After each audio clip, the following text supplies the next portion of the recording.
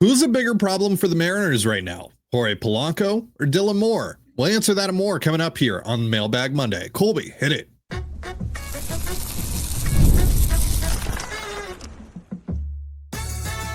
You are Locked On Mariners, your daily Seattle Mariners podcast, part of the Locked On Podcast Network, your team every day.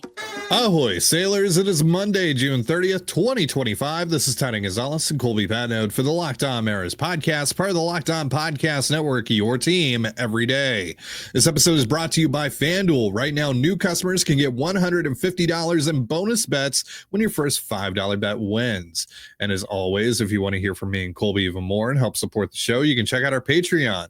All you have to do to check that out is click the link in the description of this episode. Let's open up the mailbag like we do here every Monday and answer some of your Mariners questions. Cameron is going to kick us off here. He wants to know, you talked last week about how important this tough stretch with no days off is. 6-4 record to start it. How would you assess their performance so far? How do you feel about the rest of the stretch? Colby? Yeah, I mean, 6-4 is always a good road trip. The old adage, the goal essentially is to go 500 on the road and do damage at home. So 6-4 is really good. And when you factor in that they, started the road trip playing against, second, third best team in the National League and taking 2 of 3 in conditions that do not favor them, that's obviously a really good start. And then, you take a series from a division rival. That's always good. You split a 4-game set on the road, which is difficult to do. And with the last 2 series, you secure season series tiebreakers against 2 teams that are in direct competition with you for that wild card spot. So there's a lot of positives there just in the wins that they did have. But there's also some real I'm not quite sure what the word is, but there's some 6-4 is great. It feels like you probably should have gone 7-3. You could have won. Some missed opportunities. Yeah, like you could have won at least one more game in Minnesota. You could have won. Yep. It probably should have won game 2 in Texas. So you had these opportunities to have an amazing road trip and go 7-3. And when you look at that last road trip before the All-Star break, 3 against Detroit, 3 against New York, all on the road, like the 2 best teams in the American League, and it's not close. Every win you can get is huge because it creates that buffer zone for what's probably going to be a pretty rough road trip. So, you get 7 more games before the next day off, which stinks. And it's kind of weird. They do this like day game, night game type of flip there at the end of this, which is dumb. But it's an opportunity. You're playing Kansas City, you're playing Pittsburgh. Kansas City's not playing particularly well right now. But they are a tough matchup for you. We know this. And Pittsburgh still has some talent, still has some pitching. And Seattle doesn't really play poor, bad teams well at home for some reason. So you never know, but it does feel like you need to find a way to go 4-3 on this road or on this homestand or better. And if you can do that, then you probably put yourself in a decent position to absorb a rough road trip before the All-Star break. So there's still a lot of work to do, but 6-4 is a really good start. We said the next 23 games was going to determine pretty much everything, and felt like they needed to win at least 11, 12 games to kind of stay in the race. They're halfway there. So we'll see what they can do here at home. So, I mean, it does feel like they're playing a little bit better baseball, but also they keep leaving wins on the table, and we know how important those wins are. So overall, I'm not going to complain about a 6-4 road trip. Is there some cause for good but not good enough? Sure, I think there is, but overall it's a really good start to a very difficult stretch in their schedule. Yeah, I mean, record-wise, it's a success. 6-4 is a really nice road trip, but the way they played, though, it's a lot of the same, and that's what ultimately concerns me. Boomer bust offense, and even more concerning, boomer bust starting pitching. That's going to ultimately the problem with this club right now. I can't rely on the starting pitching. in the past, and in 2024 and 2023, you could go, well, at least our starting pitching is going to give us a chance on a night-to-night basis. Right now, every turn through the rotation, I don't know what we're going to get. Logan Gilbert hasn't been good enough since coming back from the IL. George Kirby has been all over the place since returning. Luis Castillo has probably been the second most consistent starter in this rotation behind Brian Wu, and even he has had some bad moments. And then Emerson Hancock, you never know what you're going to get with Emerson Hancock. So with how wildly inconsistent this offense is, you need something to be able to lean on. And the rotation just hasn't been that. It hasn't been what the Mariners have ultimately built their team around and on. And so that's what makes me ultimately so concerned that this team, that the 500 range is going to be inescapable for them. Yeah.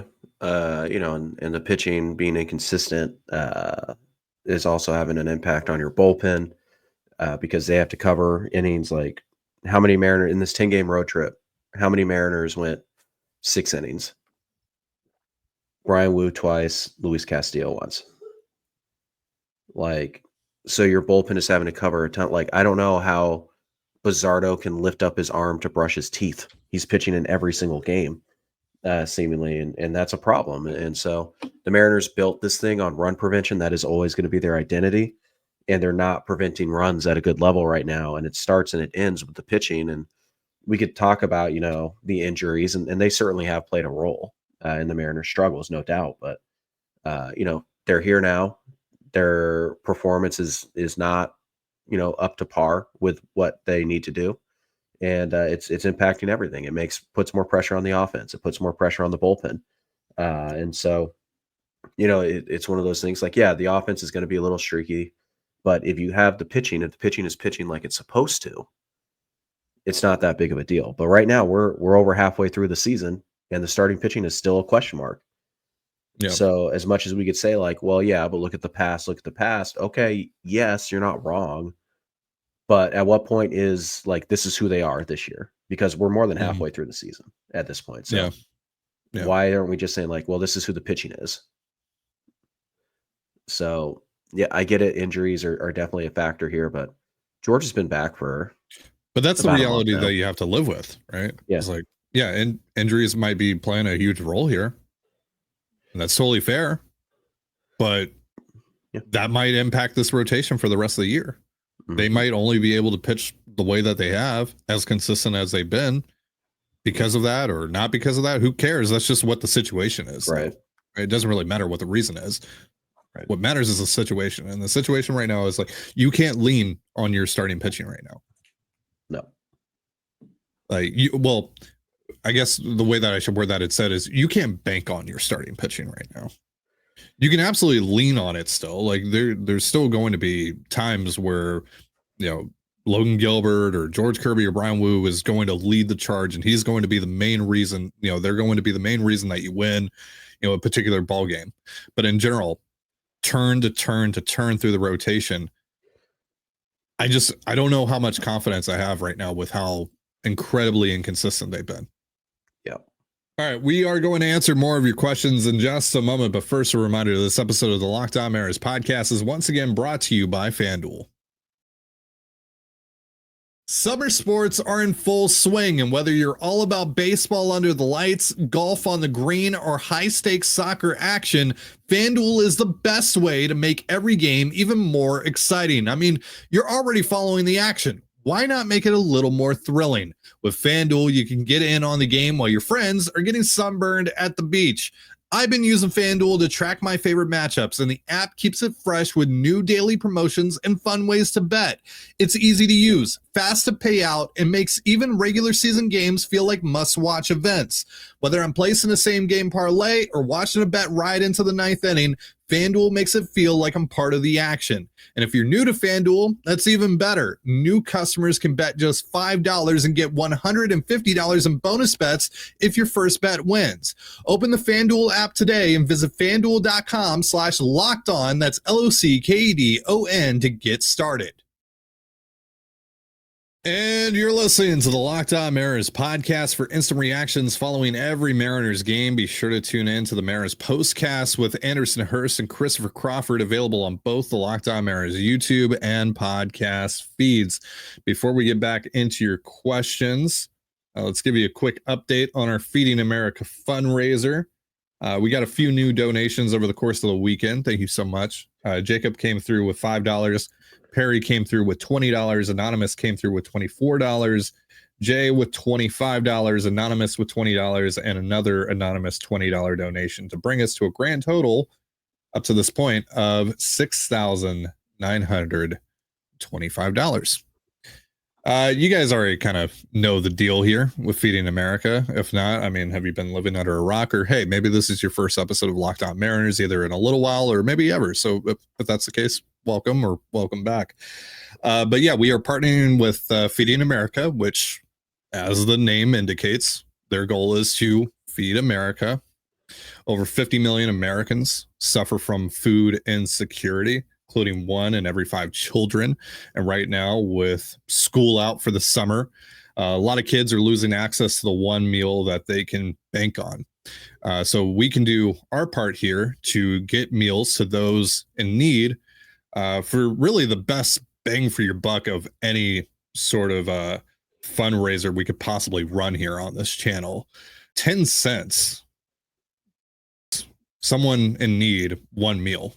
So $1 can get 10 meals to people who could really, really use them. At least 10 meals. That's what they say on the website. And we really, really appreciate all the support that you guys have already shown for this. And we have raised a ton of meals for people in need so far.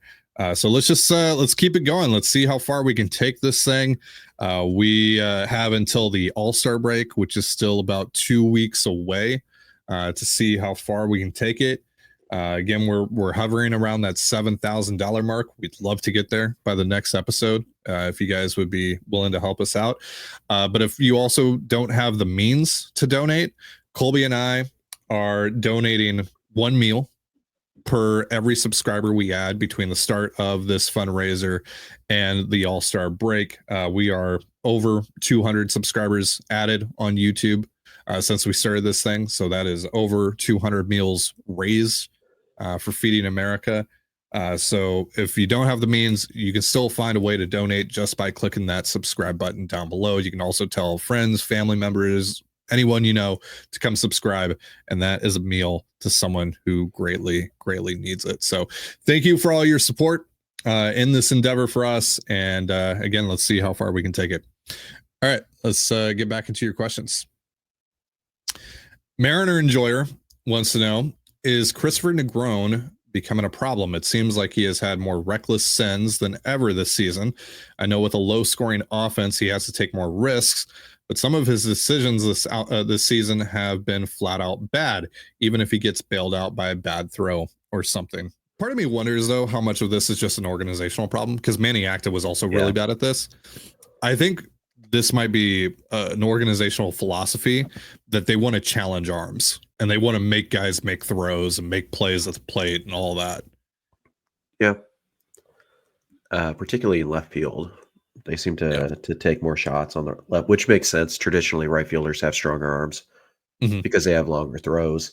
But yeah, it's, Negron's had some really bad sends, like truly awful, but so did Manny Acta. So it's a little tough to know, like, who's who or who to blame for what. But and also sometimes we honestly don't know if a guy got sent or if he just went on his own. Like, we don't always get the replay on the camera that shows the moment. So, some of it's on the players as well. But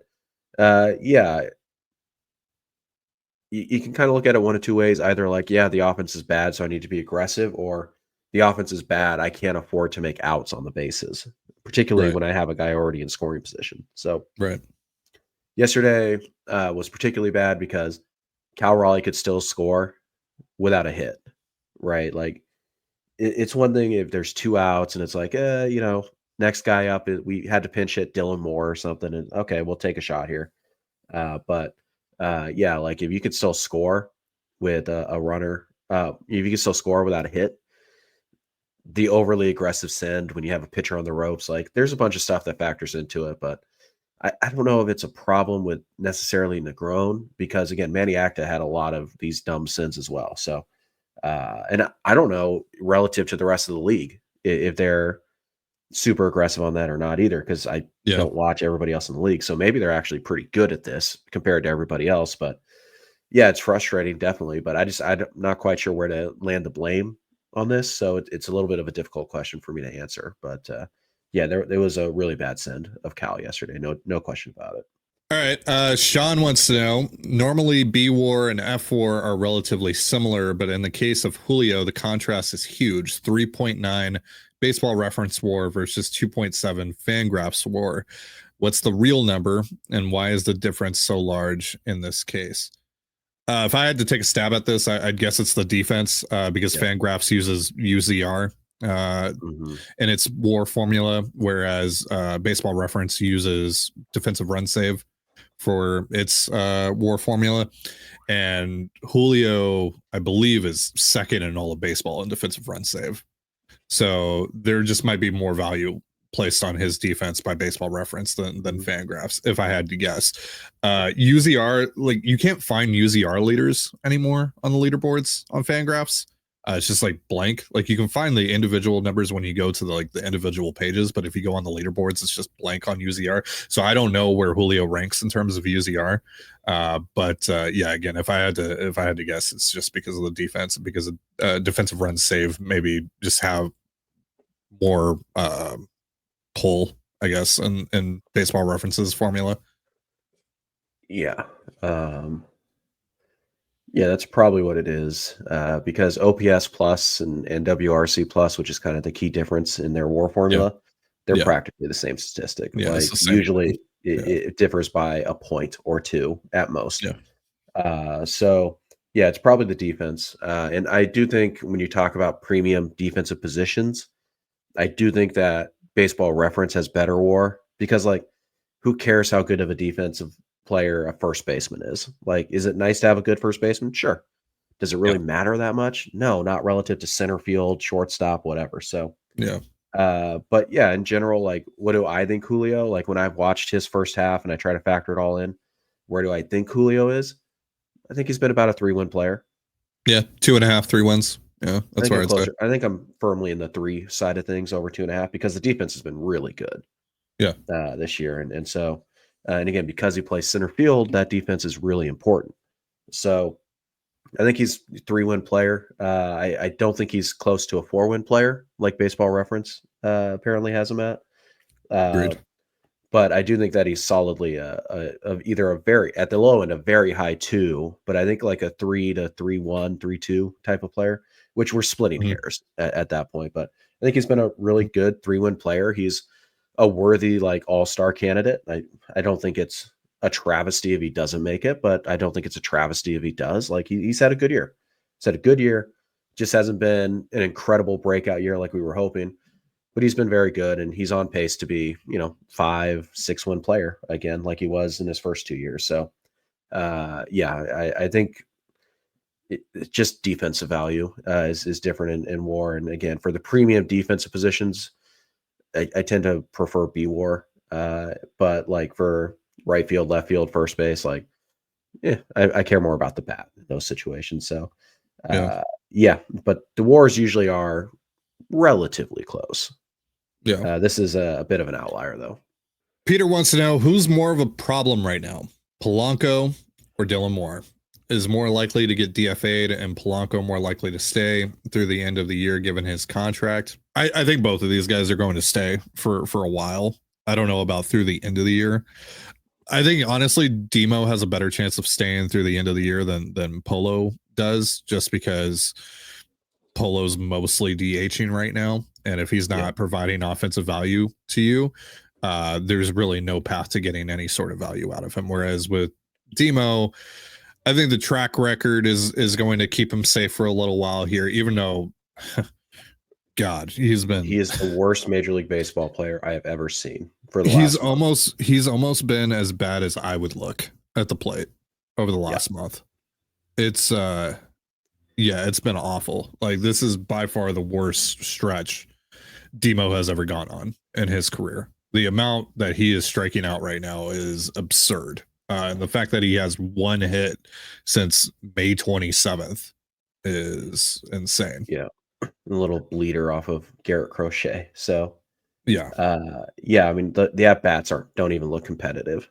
Yeah. Honestly, it looks like he's going up there with his eyes closed. He might have a better shot if he actually did. Yeah. But I think the positional versatility, even though he's significantly regressed defensively this year, but I think the positional versatility and the track record is going to keep him safe here for at least a little while. Maybe at some point they just go, you know what, we think Isaiah Kiner-Falefa helps us more, and we're going to trade for him, and we're going to move on from Dylan Moore. Maybe might help you more. Maybe there's a team out there that wants to take a shot on Demo at the deadline, and maybe you're willing to trade him for a reliever or something. Maybe that's a possibility. But if I had to guess right now, just with the way that those two are going, I'd say Polo's in more jeopardy. Just because, again, if he continues to not hit, what value does he provide you? None. Yeah, he's been a little better over the last couple of weeks, and I say little. But it's pretty interesting. I think in the month of June, though, he's running like a 70 WRC plus or something. What's pretty interesting to me, though, is that he didn't play the last two games. Yeah, both against right-handed pitching. They went separate. They went a different direction with the DH. So now one of them was because Cal needed a day. So okay, but the other one wasn't. So I don't know. That's just, did he hurt the knee or the side again, or is it just like just give him a couple days to like mentally reset or match up? I don't know, but like I still feel better with Polanco at the plate. I mean, even more interesting is that there were plenty of opportunities where it made sense to go to Polanco as a pinch hitter, and it didn't. So I don't know. Keep an eye on that, just in general. But I mean, he's probably not going to get his plate appearance threshold to max any of the incentives. Yeah. And Dylan Moore is due about $1.8 million for the rest of this year at this point. Maybe you could waive him and he might clear, and he's probably not going to forfeit that salary, but I doubt the Mariners would do something like that. I could see the Mariners try and trade either of these guys, as they kind of like they did last year with Ryan Stanek, and it's just kind of like, let's reallocate that money and do this. So that's definitely possible that either of these guys get traded. I'd be pretty surprised if either of them was DFA'd, although I think I can make a very strong argument that Dylan Moore should be DFA'd, because there is nothing on the baseball field he does better than like Leo Rivas right now. Nothing. I mean, you can't use your speed, Dylan, if you don't get to first base, and your defense has not been good this year. So he's not a good player, but I don't see the Mariners just eating $2 million and DFAing him right now. So we'll see, but I doubt either of them is in any real jeopardy anytime soon, but they probably should be a little bit. All right, Brandon has our last question of the day. Wants to know, what's a realistic prospect package to bring back Gino or Naylor? I think Gino's going to cost more than Naylor. Because Naylor's first base, and that's not as valuable as third base, and he's a bit of a platoon guy. Like we've gone over the reasons. Be interested in both, definitely. But I do think there's a high probability that either one of them is going to cost a top 100 prospect. So to me, that's an Arroyo. Maybe a name to watch here could be Gerangelo Senja, because Arizona's about to lose a lot of pitching. And Senja, I don't want to say he's close to the big leagues, but he's not like 4 years away. It's not. He's a year and a half. He might pitch in the big leagues next year. Yeah, I mean, it's funny. You look at his numbers overall, you're like, ugh. But when you separate them between right-handed pitching and left-handed pitching, it's been very good as a right-handed pitcher, terrible as a left-handed pitcher. You could probably go ahead and end that experiment. But You're talking about giving up something to get something. And the Diamondbacks, they have catching. They have some infield depth already built, which is why they might be willing to trade Gino to begin with. So maybe Arroyo doesn't make a ton of sense for them. Maybe, Harry Ford doesn't make a ton of sense for them. Laz Montez, I know a lot of Mariner fans would have an aneurysm if they traded him. But he's definitely a guy who should be, you should be open to discussing. But that's why I do wonder if Senja actually comes into play for the Diamondbacks. So that's a name I would watch for either of these guys. I think the difference is probably more the secondary piece between Gino and Naylor, because I feel like Gino, you're probably going to have to add a secondary piece to your top 100-ish prospect. Whereas Naylor, you might be able to get it straight up. So like Naylor might cost you Senja straight up. Gino might cost you Senja and like Ty Pete, just because of the positional importance and the lack of options you have at third base relative to first base. So but I do think it's top 100 guy. And for Gino, I think it's top 100 plus, which is, maybe a Teddy McGraw, maybe a Ty Pete, like a lottery ticket type of guy with your top 100 prospect. And I do think that Senja makes a lot of sense for Arizona. But yeah, Arroyo, Ford, if they were interested in him, doesn't seem like they would be, but maybe, you never know. Laz, I think one of those three probably is going to have to be involved to get either of these guys. Yeah. And again, I'm willing to pay that. Yes. All right, that's going to do it for our show. Thank you so much for joining us here on the Locked On Mariners podcast. For Colby Patnode, I'm Titan Gonzalez. Be sure to give us a follow on Twitter at @LO_Mariners. You can follow me at Titan Gonzalez and Colby at CPAT11. That's CPAT11. We're also on Blue Sky. You can follow me at TDG, Colby at MLB Colby, and the show at Locked On Mariners. You can also find us on Instagram and TikTok at Locked On Mariners. Have yourself a beautiful baseball day, and we'll see you next time. Peace.